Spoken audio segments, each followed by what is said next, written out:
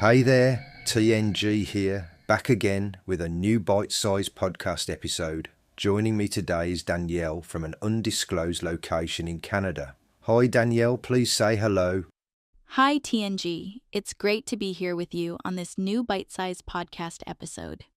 Carbon has, we are told, been known since ancient times in the form of soot, charcoal, graphite and diamonds. Ancient cultures did not realise, of course, that these substances were different forms of the same element. This is complete speculation. Soot, charcoal, graphite and diamonds are in fact soot, charcoal, graphite and diamonds. French scientist Antoine Lavoisier named carbon, and he carried out a variety of experiments to reveal its nature. This is apparently not true. Lavoisier predicted the existence of carbon and in so doing inserted it into the conscious of all the chemists that followed. I will go into detail about his experiments and this man's other incredible achievements. Sometime in 1772, Lavoisier and some of his buddies pooled their funds, purchased a diamond, put it into a closed glass jar and focused the rays of the sun on it with a big lens, supplying the ultimate clean heat. The diamond disappeared, and since the weight of the glass jar was unchanged, the unavoidable conclusion was that the diamond had turned into a gas that could only be carbon dioxide, proving that a diamond was pure carbon. If this were true, what was the link to the gas known as carbon dioxide that we know of today? A clear, odourless gas. How in 1772 would it have been identified? No smell, no colour, invisible, impossible to detect. Just the weight of the jar had not changed. The answer is it was not identified. And this plays into where this whole podcast is heading, but more on this later. Now let us cut to the chase. The experiment I will now tell you about proves that the story about Lavoisier and his giant magnifying glass is utter garbage. Diamond isn't easy to melt, which is why scientists used Sandia's Z machine, the world's largest X-ray generator, to subject tiny squares of diamond, only a few nanometers thick, to pressures more than 10 million times the atmosphere's pressure at sea level in 2006. Fact, diamonds in standard atmospheric pressure are impervious to virtually anything short of Thor's hammer and Superman's heat vision. The story of Lavoisier vaporizing a diamond is exactly that, a story very similar to that of a man called Cavendish weighing the earth by hanging lead balls in his shed 200 years ago and observing through a telescope from a different location. Carbon. It's in every textbook, every chemistry class, and forms the basis of life itself. But what if the entire foundation of how we understand this element was built on an experiment that couldn't possibly have happened? That's quite a claim. What makes you question something so fundamental to chemistry? Well, I've been digging into the history of Antoine Lavoisier's famous diamond experiment from 1772, and the numbers just don't add up. He supposedly vaporized a diamond using only sunlight and a magnifying glass, something we now know is physically impossible without technology that wouldn't exist for another 200 years. But surely there must be other evidence for carbon's existence beyond just this one experiment? That's what's fascinating. When you start pulling at this thread, the whole sweater starts to unravel. Modern science requires temperatures of 763 degrees Celsius and specific pressure conditions to vaporize a diamond. In 2006, scientists needed the world's largest X-ray generator with pressures over 10 million times atmospheric pressure just to melt one. So how did Lavoisier's experiment become such a cornerstone of chemistry? Well, that's where the historical context becomes crucial. Lavoisier wasn't just a scientist, he was a powerful aristocrat with connections to the French government. He essentially reshaped chemistry from a practical science called alchemy into the theoretical framework we use today. You know, I never realized there was such a dramatic shift in how we understood chemistry. What was the older approach like? The alchemical approach was actually quite different. Instead of theoretical elements and compounds, it focused on observable transformations through heat. Think about how industrial processes work today. They're often more similar to ancient alchemical practices than theoretical chemistry. That's fascinating. But what about all our modern applications of chemistry? Don't they prove the current model works?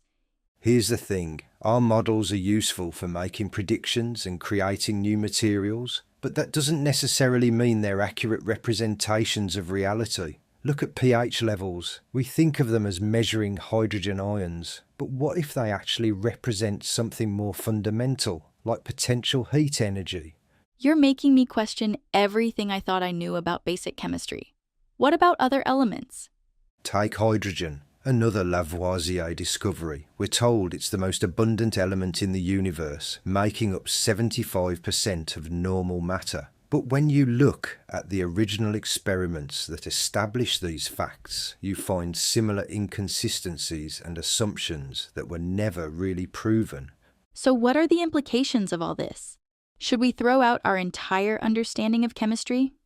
Not exactly. The models we use obviously work for practical applications, but maybe we need to be more honest about the difference between our theoretical frameworks and observable reality. For instance, the electrolysis of water. We say it separates water into hydrogen and oxygen, but water isn't naturally conductive. So what's really happening there? That's a really important distinction between what works in practice and what we think we know about why it works. Exactly. And here's something else to consider. Lavoisier met his end at the guillotine during the French Revolution, charged with tax fraud. But by then, his theoretical framework had already become the foundation of modern chemistry, whether it was accurate or not. This whole conversation really makes you think about what other scientific facts we might need to re-examine. That's really the heart of true science, isn't it? Not just accepting what we're told, but being willing to question and investigate our most basic assumptions. Maybe it's time we took another look at some of these foundational ideas with fresh eyes and modern technology. If this subject has caught your interest, there is a much more detailed article on this subject called The Carbon Deception, available on my website tngbreakingreality.com. Thank you for joining me, Danielle. Thanks for having me. See you all again soon. I will be back with another bite-sized podcast and another guest soon. It's goodbye for now.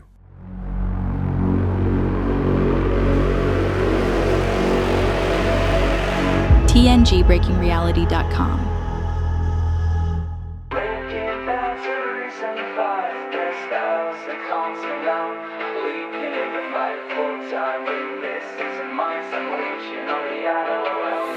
Something feels so wrong inside.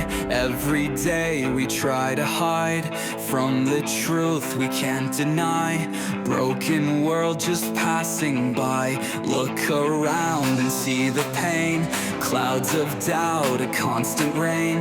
Wishing for a brighter day, but the shadows always stay. We can change it if we try.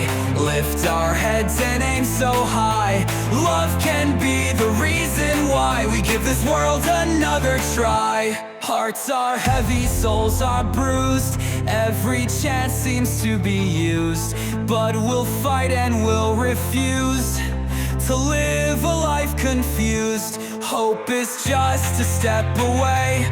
Hold on tight, we'll find our way through the dark and to the light. Together we can make it right. We can change it if we try. Lift our heads and aim so high. Love can be the reason why we give this world another try.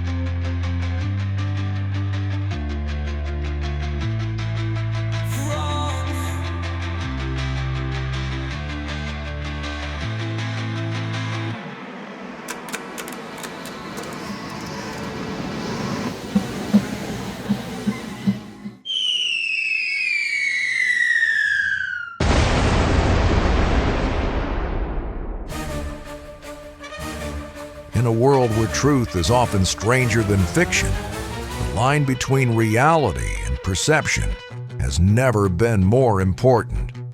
At Global Lens Productions, we don't just capture the news, we create it. With over 20 years of experience, our team of award-winning filmmakers, special effects experts, and journalists work tirelessly to bring you the most compelling, immersive, and believable footage in the industry.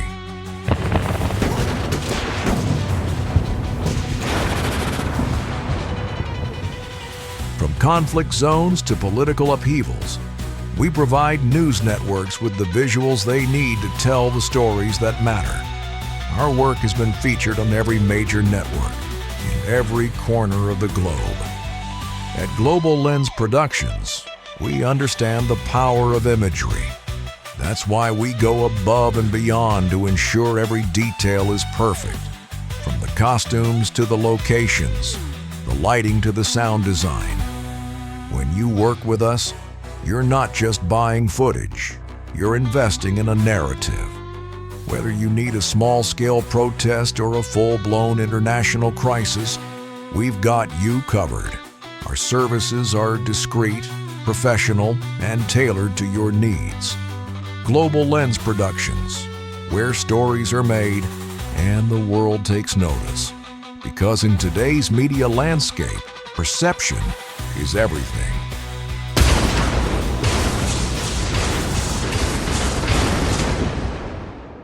Global Lens Productions, crafting reality, shaping perception.